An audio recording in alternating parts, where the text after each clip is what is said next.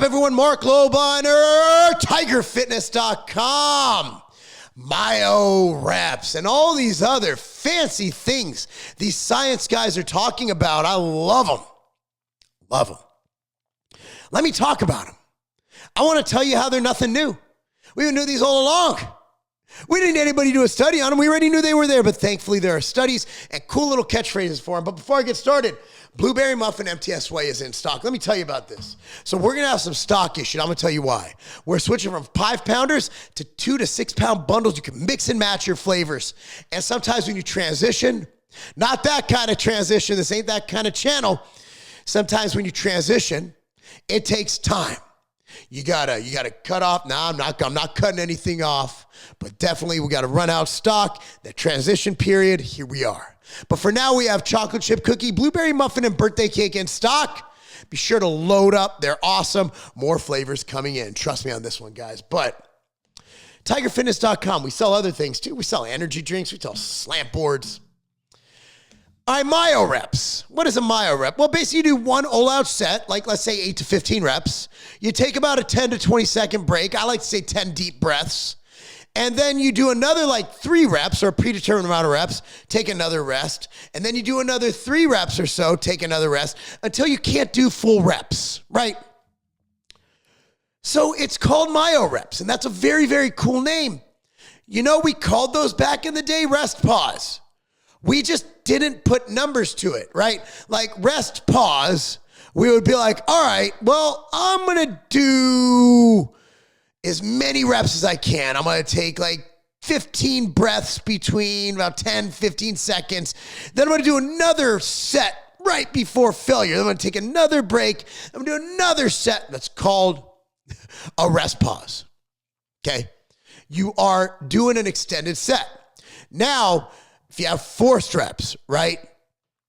If you have drop sets, right? Drop sets, you're dropping the weight in between so you keep going because obviously your power output would be less.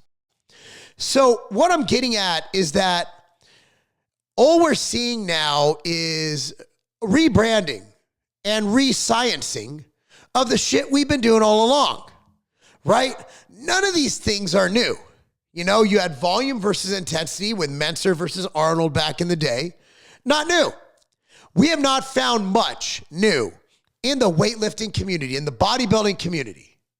What I do know is that those who train really hard, whether it's a lot of volume up until failure, whether it's beyond failure, whether it's which is intensity sets, whatever it is, sometimes just going to the gym, lifting heavy ass weight. Yeah, it's lifting heavy shit. I'm not worried about the perfect form, the perfect ROM. Obviously, we want that. But if you look at all the champions, if you look at Phil Heath, you look at Branch and Johnny, who train, I love these guys. They trained like assholes.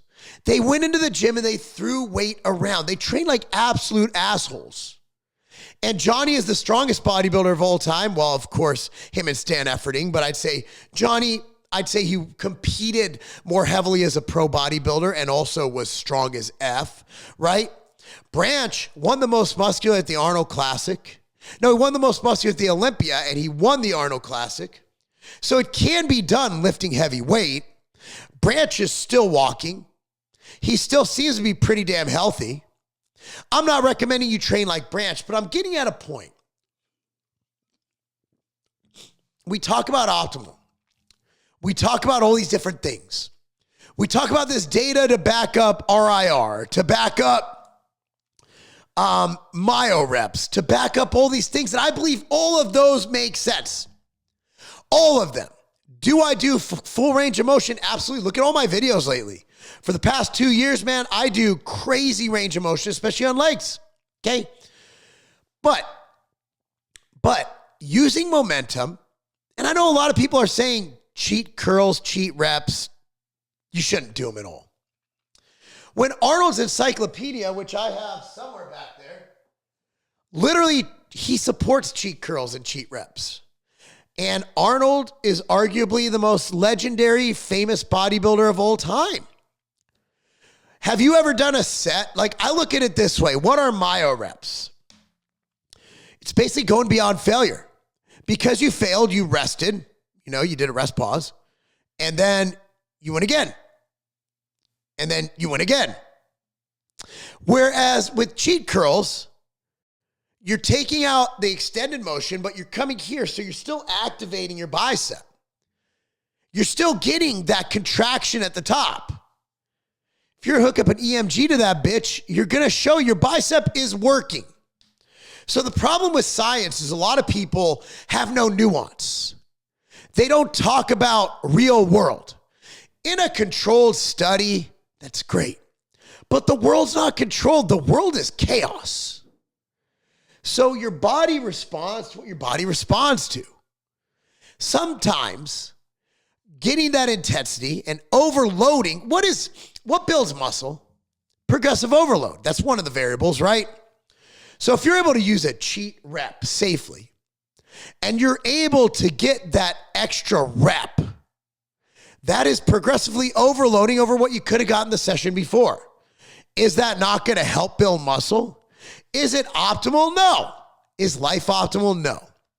Do I miss meals? Yes, I have a job, right? But I'm just sick and tired of there being no nuance. Nobody's right, nobody's wrong, but you take the best of all worlds, put them together, and you'll have yourself a great program. I don't think you should follow one theory at all.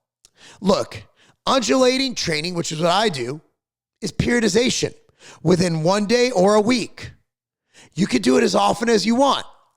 However, you need to have a set goal, set programming to reach where you want to go. But I look at results not like this. You do this, right? But at the end of the day, the line's going here. So as long as you're progressing, that's great. Methods to get to the next level. Look, man, people were making gains long before RIR, long before MyoReps, long before extended sets were given a name, long before drop sets were given a name. I think Joe Weider gave him that in the 70s, right? He had a list of intensity techniques. I've been around that long, not in the 70s, but I worked for Joe Weider. So I know the history. And at the end of the day, when they went in there in the 60s, 70s, you look at the golden era, you're looking at you're looking at Arnold, looking at Reg, looking at all these guys, they went in there and they knew that if they trained really fucking hard, they would get good results. And the harder they trained, the more muscle they gained. The more they ate, the more they fueled that training and the muscle growth. This is all by trial and error. And thankfully, we're in a situation now where we're overloaded with all this information, all this science with the internet. But guess what? That doesn't mean you have to choose a team. Okay? Try things out, be safe. And you know what? Sometimes what works for one guy, it'll still work for the other guy, but adding in something else, will you get even better results? Only one way to find out. Try it. Anyway, guys, let me know your thoughts. Hopefully that helped you out here. Remember, tigerfitness.com. We have this. We also sell energy drinks, all that good stuff. Tigerfitness.com. That's my site. And I hope you go there and we'll be the best you've ever had. Thank you so much for watching, guys. Be sure to like this video, subscribe to this channel, click on the notification bell. And remember, that's not a game. The outright bar was created for my kids. My kids need a snack to eat during soccer tournaments.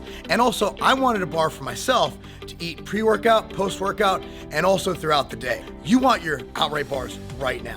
That's why we have a partnership going with the Vitamin Shop to make sure that we're in all 750 plus locations, providing the best price, the best service, the best people to give you the outright bar when and where you need it.